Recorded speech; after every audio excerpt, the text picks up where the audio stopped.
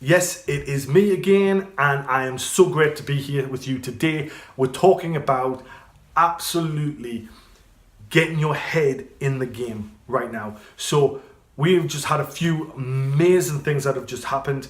The bank rate, the base rate of England, they've just increased the base rate. So that is fantastic in itself. And I can hear you thinking, but I've got a mortgage, that's not fantastic. But it is, because it's showing that the Bank of England feel as if we're stable. They're trying to stabilise it and prepare ready for the Brexit. We don't know what's going to happen in Brexit. That's an exciting thing at the moment. What else is going on? Apple has just made the $1 trillion mark. So that's a huge thing. So now we're breaking barriers left, right and centre all around us right now. And I know a lot of you are worried that there is some sort of recession that's coming in, or that we're going to have some sort of boom and bust phase. But what I'm going to tell you right now is good. Absolutely great. Because you know what? Every time there's a recession, every time there's a bullhorn, there is opportunities that are opening up. And what I want to talk to you today about is how you get yourself ready for those opportunities that are just around the corner, guys. So first, number one, I want you to look at all of your debts, okay? So you're going to have a lot of debts out there. I'm going to guess whether you're a personal homeowner or just renting, whether you're an investor, whether you are a business owner, you're going to have some sort of debts somewhere. And I want you to assess your debts, and I want you to look to see whether you can get a better deal right now and fix it. So if you've got a mortgage and that's your only debt that you've got, then you want to be looking at your mortgage and saying, is this the best deal that I can get in the market? Not just on rates, but also on setting it up, how long you can fix it for. You may want to go for some sort of offsetting. There's many different options for yourself, but you want to be looking and going, is this the best deal for me right now? And there'll be some future videos on those things, so check those out, because we're going to be covering this loads, okay? I also want you to do, number two, is what I want you to do is I want you to take some time to research your personal expenses, your business, and any investments that you have. And I want you to look through them for any deadwood, things that just aren't working for you right now, are not making you the returns that you should be having. You may be getting some small returns from it, but it's not working. You may be getting some losses from it. You need to start assessing that now. I know a lot of business owners and a lot of investors that have got products that just aren't selling really well. They actually cost them money to have them on service, but they just keep them on because they're making so much money that doesn't matter. It's not really affecting the bottom line that much, so they just ignore it because there's more important problems to solve. I know investors who have got properties that just aren't creating the right yields for them, or not even letting them out, but they've got so many of them, they just take that as a hit and they don't worry about that.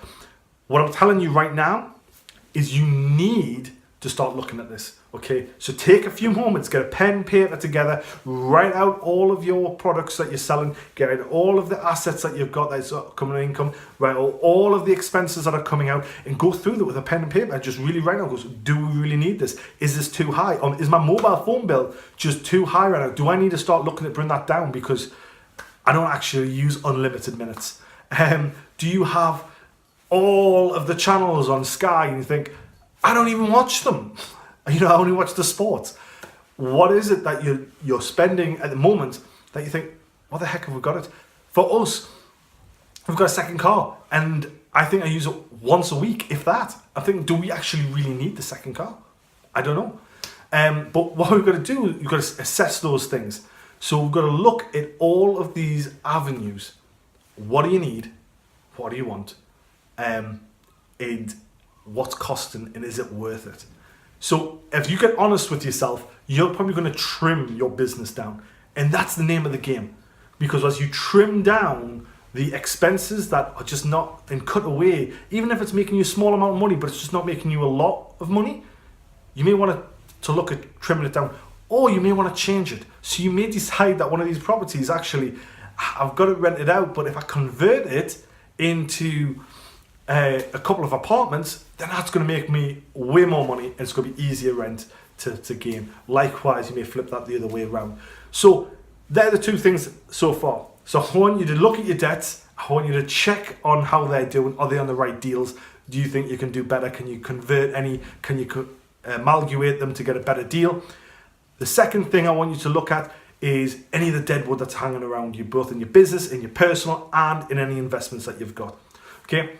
And the third thing, this is a crucial, you probably want to skip, most people do skip this, but I'm promising you, if you follow through on this, you're going to have more benefit in the next 5 years. You're going to be looking back and thinking, that was fantastic advice.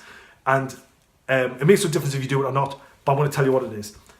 Number 3, that's number 3 for you to do is I want you to list out exactly what you want to achieve in the next 5 years. You see, one of the biggest problems that we have is we become reactive. And it's the reason why you have all this dead wood around the credit cards, and they're not really as organized as they possibly could be. It's because we react. We see a problem, we see a solution, we react to it. But we don't always react to it we react to it on a short term, but we don't always react to it what's the best in the long term. And the reason I'm saying this is because you're going to have a lot of opportunities come over at you and spring up in front of you in the next 3 to 5 years. Even in the next 18 months, there's going to be opportunities going to be springing up. And what you want to be able to see is focus on the opportunities that are going to help you get to the end result. So you may be saying, well, what I really want, Jared, is I want to be financially free. Then I tell you this. You focus on the opportunities that are going to help you get to be financially free. You might turn around to tell me, he goes, I want to be financially free, but also what I want to be is I want to be time free. I want to limit, I want a 4-hour-a-week portfolio. So I only have to look at it for 4 hours throughout a week, and then I'm done. Then that's great. That's a great thing. You want to make sure that your portfolio fits that solution.